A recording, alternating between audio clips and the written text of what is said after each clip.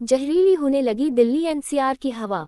इन बीमारियों का बढ़ेगा कहर, डॉक्टर से जाने बचाव के तरीके। Air pollution harmful effects. Air pollution बढ़ने से अस्थमा, ब्रोंकाइटिस और अन्य रेस्पिरेटरी डिजीज से जूझ रहे लोगों की समस्याएं बढ़ जाती हैं। हवा जहरीली होने से मेंटल हेल्थ और फर्टिलिटी पर भी बुरा असर पड़ता है।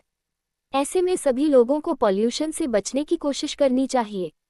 Delhi NCR air pollution news. सर्दियों की शुरुआत होने से पहले ही दिल्ली एनसीआर की हवा जहरीली हो गई है और एयर क्वालिटी बिगड़ गई है। सिर्फ राजधानी ही नहीं, बल्कि देश के कई शहरों में एयर पॉल्यूशन बढ़ने लगा है।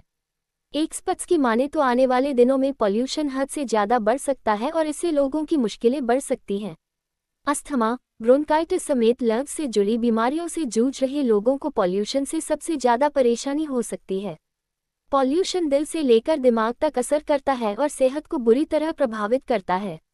नई दिल्ली के साकेत स्थित मंत्री रेस्पिरेटरी क्लिनिक के पल्मोनोलॉजिस्ट डॉक्टर भगवान मंत्री ने बताया कि जब हवा में प्रदूषण बढ़ जाता है, तब उसमें छोटे छोटे खतरनाक कण मिल जाते हैं। जब लोग प्रदूषित हवा में सांस लेते हैं, तो ये जहरीले तत्व शरीर के अंदर पहुंच जाते हैं, जिससे फेफड़ों और रेस्पिरेटरी सिस्टम को गंभीर नुकसान होता है। लंबे समय तक प्रदूषित हवा में सांस लेने से chronic obstructive pulmonary disease COPD, asthma और फेफड़ों के कैंसर जैसी कई बीमारियों का खतरा बढ़ सकता है। एयर पॉल्यूशन का असर हार्ट पर भी पड़ता है और दिल की बीमारियों का रिस्क बढ़ता है। जहरीली हवा बढ़ा सकती है मेंटल प्रॉब्लम्स।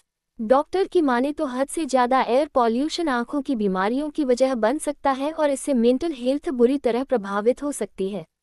पॉल्यूशन की वजह से लोगों का स्ट्रेस लेवल बढ़ सकता है और मानसिक स्वास्थ्य से जुड़ी समस्याएं हो सकती हैं। कई रिसर्च में ये साबित हो चुका है कि जहरीली हवा से मूड स्विंग्स, एंजाइटी, डिप्रेशन और अन्य मेंटल डिसऑर्डर का खतरा बढ़ सकता है। प्रदूषित हवा में मौजूद नाइट्रोजन डाइऑक्साइड के संपर्क में आने पर मेंटल प्रॉब्लम से जूझ रहे लोगों की तबीयत बिगड़ सकती है, क्योंकि एयर पॉल्यूशन से मेंटल प्रॉब्लम ट्रिगर हो सकती है। फर्टिलिटी बर्बाद कर सकता है एयर पॉल्यूशन। हेल्थ एक्सपर्ट्स की माने तो हवा में मौजूद पॉल्यूशन के बेहद छोटे कण शरीर में पहुंच जाते हैं और हमारे खून में मिल जाते हैं।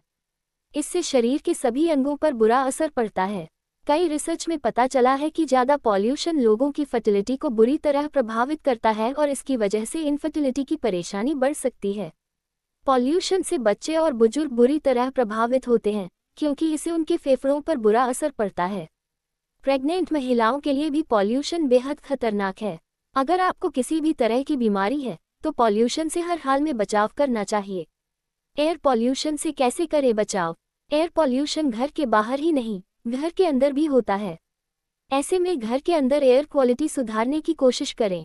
खिड़कियां खोलें और ताज़ा हवा आने दें। पॉल्यूशन कम करने के लिए घर के अंदर एयर प्यूरिफायर का इस्तेमाल करें। घर के अंदर इंडोर प्लांट्स रख लें, जो हवा को शुद्ध करते हैं। जब हवा में प्रदूषण का स्तर अधिक हो, तो घर से बाहर कम से कम निकलें। बाहर जाने से पहले मौसम की जानकारी लेना भी जरूरी है। अगर एयर क्वालिटी इंडेक्स AQI ज़्यादा स्तर खराब हो, तो बाहर जाने से बचें। सुबह और शाम के समय प्रदूषण का स्तर अक्सर बढ़ता है, तब सावधानी बरतें। घर से बाहर निकलते समय अच्छी क्वालिटी वाला मास्क इस्तेमाल करें।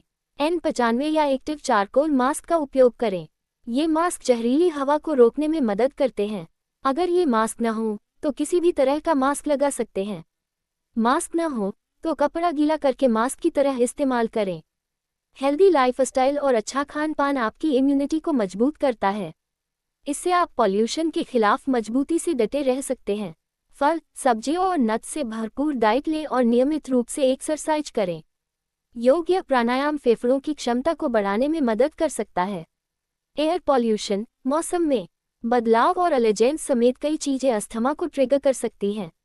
ऐसे में पॉल्यूशन बढ़ने पर अस्थमा के मरीजों को अपने डॉक्टर से मिलकर कंसल्ट करना चाहिए और अपनी दवाएं समय से लेनी चाहिए।